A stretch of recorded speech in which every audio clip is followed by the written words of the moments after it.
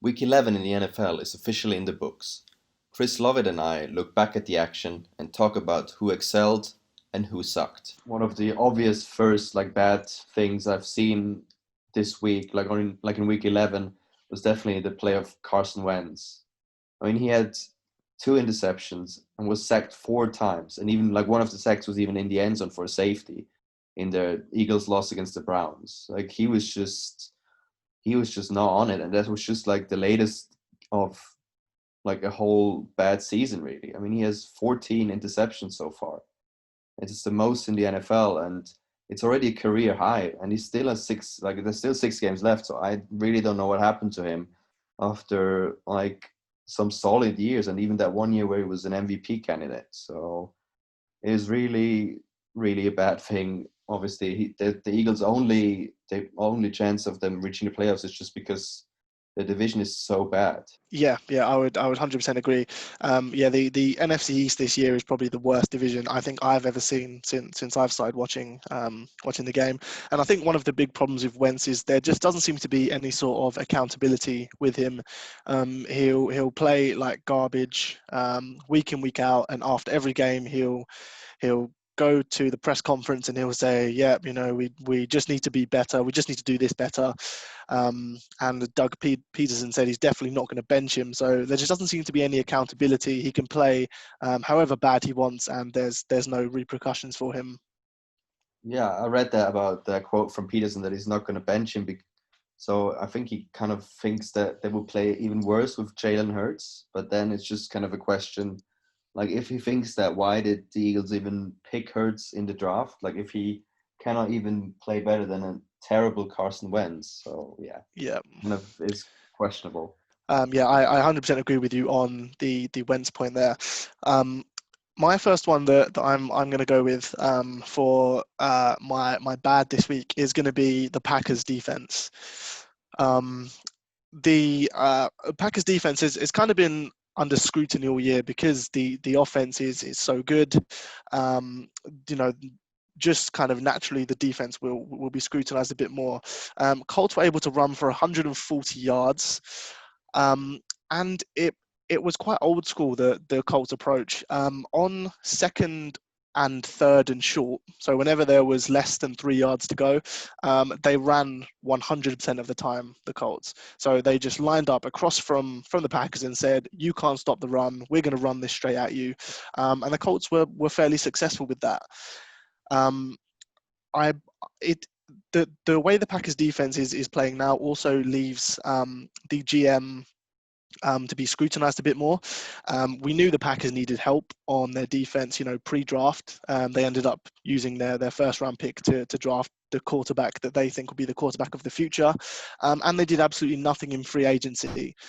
There was good linebackers like Avery Williamson, who they just let go to the Steelers. They did nothing really to help their defense, and I think it's really holding them back now from being one of the top teams or the favorite in the NFC. Yeah, I mean, you're definitely right. The Packers defense, they kind of imploded in the second half. I mean, they entered the second half with a 2-touchdown lead. And then kind of in the third period, they just completely got dominated by the Colts.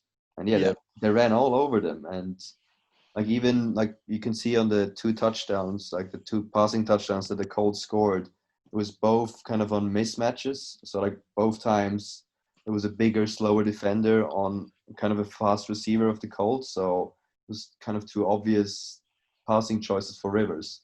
But yeah, yeah, in general, I mean the Packers defense, I don't know why they didn't change much compared to last season, because remember last season when they were in the NFC Championship game, the yeah, 49ers, they bullied them basically the whole game. They just yeah. ran over them. Garoppolo had hardly to pass at all. So it's just confusing and surprising that they didn't change their defense. Apparently, it Yeah, needs to be the same weakness that it was last year. yeah. I mean, if you go by the stats, Green Bay has the 12th ranked defense in the NFL. That is by far, that's far away from the 12th best defense. And I think one of the reasons for that is Green Bay actually leads the league in time of possession. So that defense spends less time on the field than any other. And it just really isn't a very good unit, I think. So yeah, on to my kind of second bad thing is kind of, yeah, it's quite a sad thing. I mean, for me, like Joe Burrow has had a great season so far. He had a great season. He was actually like through 9 games, he led the NFL in passing attempts and completions. And we had like 13 touchdowns and only 5 interceptions. So, and obviously we know that he tore his ACL and MCL against the Washington football team on Sunday. So he's going to be out for the rest of the season. And who knows like how he's going to be able to rehab and how he comes back. So that's like, he's proven that he's the real deal. And that's really, really tough for him, like for him and for the league. I think that he's out now. Yeah, definitely. Being an LSU fan, watching what Joe Burrow did last year, he pretty much had the greatest college season ever, and I was extremely excited to see what he could do in the pros. I mean, we got a really good taste of that through the first 10 weeks. He was on course to break pretty much every rookie record, and yeah, I mean the Bengals aren't playoff contenders. They're not going to win many games, but just having a young talent like that, you could see what it did for Cincinnati. Really galvanized the team, really made them want to play, which Cincinnati haven't been looking like they were trying to do for quite some time now. But yeah, obviously we all hope he can come back at least as good as he was, if not better. And with an injury like that, it's probably going to take about a year to recover. So he might sit out next year as well. We might not see him again until 2022, which would obviously be sad for the whole game. And I mean, I actually think like the GM or like the coaches are to blame for that injury, like partly to blame at least. Obviously, it was a freak injury and all, but I mean, he has been sacked 32 times already. So that's third in the NFL, and he's taken the most like QB hits with 72, like since like in the first 9 games since the year 2000. So the O-line definitely was already a problem last year because he was ranked 30th out of 32 teams, and the GM and the front office basically did nothing to improve and nothing to protect him. Like they only drafted an O-line guy in the 6th round and didn't address it in free agency. So I definitely kind of blame the front office for his injury. Yeah, and being a Colts fan as well, it feels like I'm rewatching Andrew Luck out there when I watch Joe Burrow, scrambling around for his life on every play. But yeah, it's definitely an area that needs to be addressed. So yeah, hopefully he comes back, perfectly well, and yeah, Cincinnati can address that. So yeah, I'm just going to move on to my second bad point for the week. I'm going to go with the Ravens and specifically Lamar Jackson as well. They played the Titans this week. It was a rematch of the divisional round from the playoffs last year. And we saw before the game, the Tennessee Titans did their pre-game meeting on the Ravens logo, which is obviously a sign of disrespect across the NFL. And I just found myself thinking, only John Harbaugh went out there to kind of confront them. There was no Ravens players that went out there. And I found myself thinking back, what would have happened if teams tried to do that in Baltimore and Ray Lewis and Ed Reed were on the Ravens? There's no way they would, even have entertained the thought of that happening. So I think the Ravens edge has gone a little bit, that kind of mean edge that we associate with the Ravens has gone. And then to move on to Lamar specifically, I think we can just, almost flat out say Ravens offense isn't very good this year. They've got the 31st ranked passing offense in the NFL. Only the Jets throw for fewer passing yards per game. I understand their franchise left tackle went down with a leg injury a few weeks ago, and they lost also Marshall Yonder, who's probably going to be a Hall of Fame guard. But the offense just isn't clicking at all.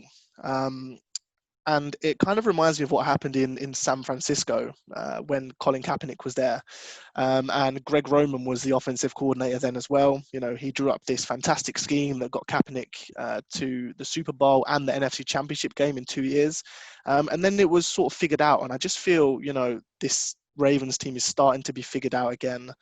And I'm not sure Lamar's good enough with his arm to win to win games with just his arm when you take away the Ravens' running attack. Yeah, I definitely think you're right with, I mean, that the Ravens team has kind of lost their edge. I mean, they got bullied by the Titans in last year's playoff game. So you would think there's still kind of that revenge feeling within the team and kind of like, yeah, we definitely need to win this game against them to just kind of make a statement. And that didn't Yeah. seem to happen. Like the players didn't seem like extra motivated to beat the Titans. And yeah, with like Lamar, it's definitely, I don't know, maybe it's the Madden curse or whatever, but like he doesn't seem like the same guy as he was last year. Like he's not as accurate as he was, and I definitely think that the defenses have figured him out. Like, I mean, that obviously is also down to the offensive coordinator, like you said, because you can see like he's nowhere near as effective like with his legs and like the read options as he was last year when he was basically running around freely and juking defenders and all that. So if you can limit him to pass the ball, then I think the Ravens are like easily to beat. Yeah, and they've got very few weapons anyway. I know they drafted Hollywood Brown in the first round. They haven't really seen the production that they want out of him, and obviously Lamar's favorite target, Nick Boyle, is now done for the season. And if the season ended today, I know they've got the unfortunate situation of being in the same division as Pittsburgh, who are 10-0. But if the season ended today, the Ravens would miss out on the playoffs. And this was a team that a lot of people picked to be their Super Bowl favorite before the season. They haven't lived up to it at all. The offense doesn't look very good. They haven't got that edge. And yeah, there's a lot that they need to address in Baltimore, I feel. Yeah, I mean they even had to like pick up Des Bryant and even like let him play now some games, and he obviously didn't play for like over a year. So that's kind of shows you how bad the situation is on offense for the Ravens.